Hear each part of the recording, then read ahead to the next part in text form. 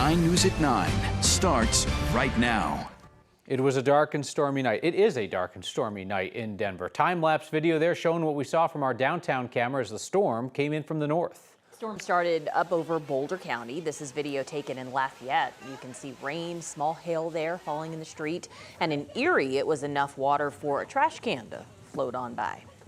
It's a tough night to be a sport. The Rapids had a rain delay at the Richard, and then the Rockies had to throw a tarp on things at Coors Field. Rockies say the game is scheduled to resume at 9:20. This was our Coors Field camera at one point tonight. Yeah, you're not going to play in that.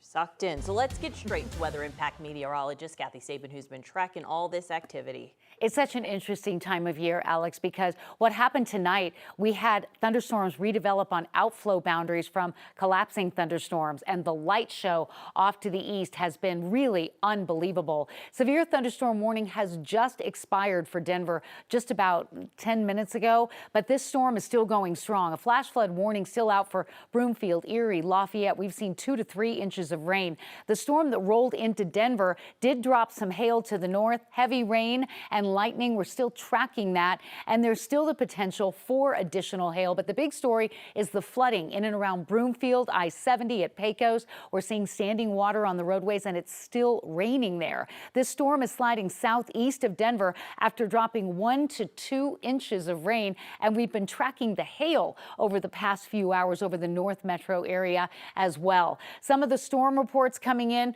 include 1-inch diameter hail up in the Firestone area, flooding in and around the town of Berkeley, flooding in and around the town of Broomfield, and that, again, flash flood warning remains in effect for another 45 minutes. So we're not done yet. Coming back, we'll check the radar again, and I'll tell you all about a warmer, drier Thursday coming up. Some are calling it futuristic. Others say it doesn't belong in Denver, more like Las Vegas. Newly proposed building could one day become one of Denver's tallest if the thing ever gets built. 9 News reporter Rhea Jaws along with this. All right, Rhea, everybody wants to see it. Let's see it.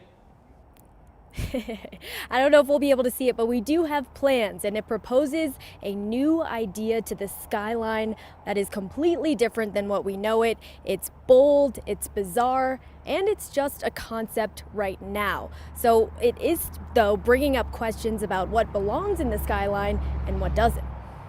Is the wizard's chest moving to downtown? What's happening here? It looks like it could cast spells. It's a building, it's a tower, it's a... I don't know yet. Or maybe communicate with aliens? I'm struggling with what the right words are to describe it. A proposal for a 673-foot structure described as an observation spiral tower came across Chris Gleasner's desk on Tuesday. He's with Denver Community Planning and Development. There's not a lot of detail in terms of what this thing is or contains. It's just a concept plan, not too specific on details, now on its way to review by multiple city agencies. In our downtown district, there's a set of design standards and guidelines that this will be subject to. If it's built, it would dramatically rise above its neighbors, becoming the 4th tallest structure in the city. It's not hugely comprehensible to me, but that doesn't mean it's not possible. John Deffenbaugh, No. president of Historic Denver, says the location is in a designated historic district. Any new building in this area is going to be scrutinized by the Landmark Preservation Commission, and I'd be fascinated to see how they receive this project. The site is currently a downtown parking lot, less than a block from 16th Street Mall. Tall buildings can integrate into historic environments in many ways. The old and the new can work really well together. Do we want an Eye of Sauron from The Lord of the Rings as one of our key defining features in this city? One thing is clear, the questions are already taller than the proposal. I think the question we have to ask ourselves with this particular building is, first of all, what? And then why? Now, we reached out to the developer and he hasn't responded yet, but this isn't the first time a tower like this has been pitched for downtown Denver. If you remember back in 2018, a skyscraper, it was supposed to be the tallest in the city, was pitched for downtown, and the developer ended up not actually going through with it. So we'll see how this pans out. Reporting live in Denver, Rhea Jaws, 9 News. New tonight, the Douglas County Sheriff's Office is searching for a missing man. Brian Eierman was last seen at his home last Thursday, June 19th. He was later admitted to Skyridge Medical Center, but he was discharged on Monday, and he's not been in contact with his family since then. It's now been over 3 weeks since his family and friends have had any contact with him. If you know where Eierman is tonight or you see him, call the sheriff's office. A 14-year-old girl missing from Aurora for 10 days has now been found in Las Vegas. Police have taken a man into custody. Police say the girl left her family's house in Aurora on her own on Sunday, June 15th. Detectives are working to piece together a timeline of how she connected with a man staying in Kremling, a 26-year-old. Then later she ended up in Las Vegas. Christian Williamson's been arrested on charges of internet sexual exploitation of a child and internet luring of a child. Aurora police say they found evidence at the girl's house. They had been communicating with her for several months. Aurora police say they're still working with police in Las Vegas on another possible suspect there, and more charges could be filed. The man accused of firebombing peaceful demonstrators in Boulder is now facing a dozen federal charges. A new indictment against Mohammed Salman was unsealed today. It includes 9 hate crime acts and 3 charges related to explosives.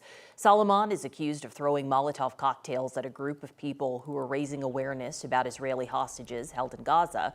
Investigators say he confessed to wanting to kill all Zionist people. We spoke to former Colorado U.S. Attorney Troy Eade about his case and what could happen moving forward. I think we'll have to see how he behaves. This could be one of those spectacle cases where his entire point was to get some kind of grim and gruesome attention. And so he may try to make a spectacle out of it. We'll just have to see how it goes. And we'll see if he pleads out. He's the kind of a guy who might actually want to go to trial just to make his point if he can. Solomon faces a dozen other charges on the state level. He's due back in court on Friday. Barry Morphew's headed back to Colorado to face a new murder charge for the death of his wife, Suzanne. The Department of Corrections confirmed to us today that Barry Morphew has waived his right to an extradition hearing. He's currently being held in a jail in Arizona, where he was arrested last week. A new indictment claims he was the only private citizen in Colorado with an access to a combination of drugs found in his wife's system. Law enforcement agencies in Arizona and Colorado will work together to schedule his transfer to a jail in Colorado, where he will await trial on the new murder charge.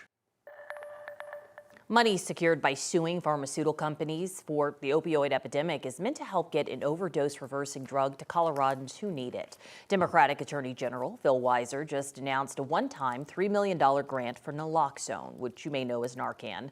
The state health department will send dozens of the medication to schools, law enforcement agencies, and harm reduction organizations. The CDC says deaths involving opioids dropped 24% between 2023 and 2024.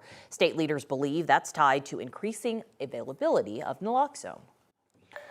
A former mail carrier in Mesa County convicted of stealing ballots during the 2024 presidential election is now headed to prison. Vicki Stewart, the woman on the left there, was sentenced to 5 years for ID theft, 2 years for forgery. We're going to figure out if those sentences will be served at the same time or not. It was unclear. Prosecutors say that she and her friend, Sally Maxton, the woman on the right, committed crimes claiming they were attempting to test the signature verification system. The Secretary of State's office says the ballots of about a dozen voters were stolen and cast without their knowledge. 3 made it all the way through the counting process. Maxton's expected to enter a plea and learn her punishment next month. Proposed Pell Grant cuts could threaten college access for thousands of Coloradans. A Pell Grant is a type of financial aid that doesn't need to be paid back. It's awarded to low-income students to offset costs, and it gives them a chance to attend college. Right now, the Trump administration's 2026 budget proposal calls for significant cuts to the Pell Grant program. It would reduce that maximum award by 22%. One grant recipient worries if these cuts are made, she would have to find a full-time job, which would cut into her classes and her study time.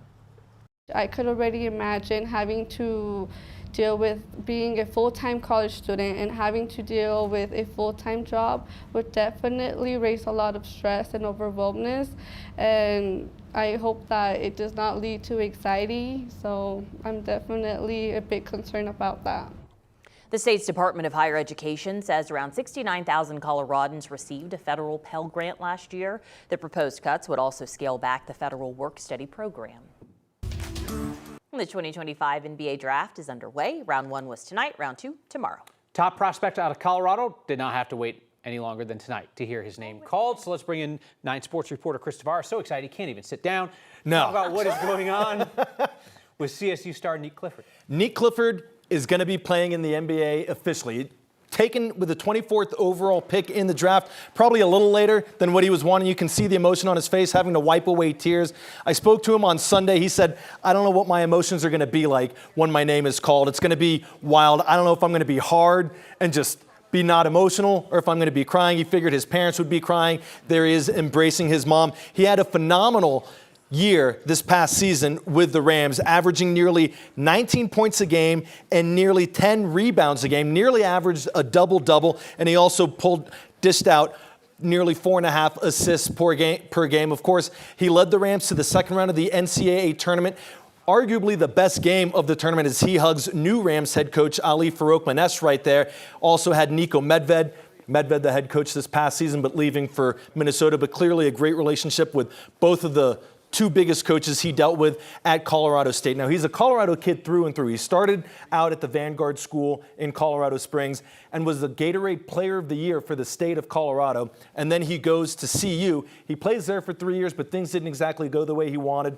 Transfers to Colorado State, and his numbers just explode. And now he is a first-round draft pick in the NBA. He was taken technically by the Oklahoma City Thunder, the defending champs. They just won the title on Sunday, but it was part of a draft night trade, so he's going to end up playing for the Sacramento Kings. And turns out his jacket, that purple jacket, right, pretty fitting. So he didn't know where he was going. No, he really didn't he know. just wore purple and got drafted by the Kings. And that jacket too, that fade to white jacket. A little ombre action on the sleeve. Yes. We were talking in the sports office. It looks kind of like the Rockies colors. Turns out he just knew what he was doing. He was going to the Kings the whole time. He wouldn't wear that for the Rockies. Yeah. Let's leave the Rockies out bit of a this. stretch. Congratulations to Nick Clifford. Certainly.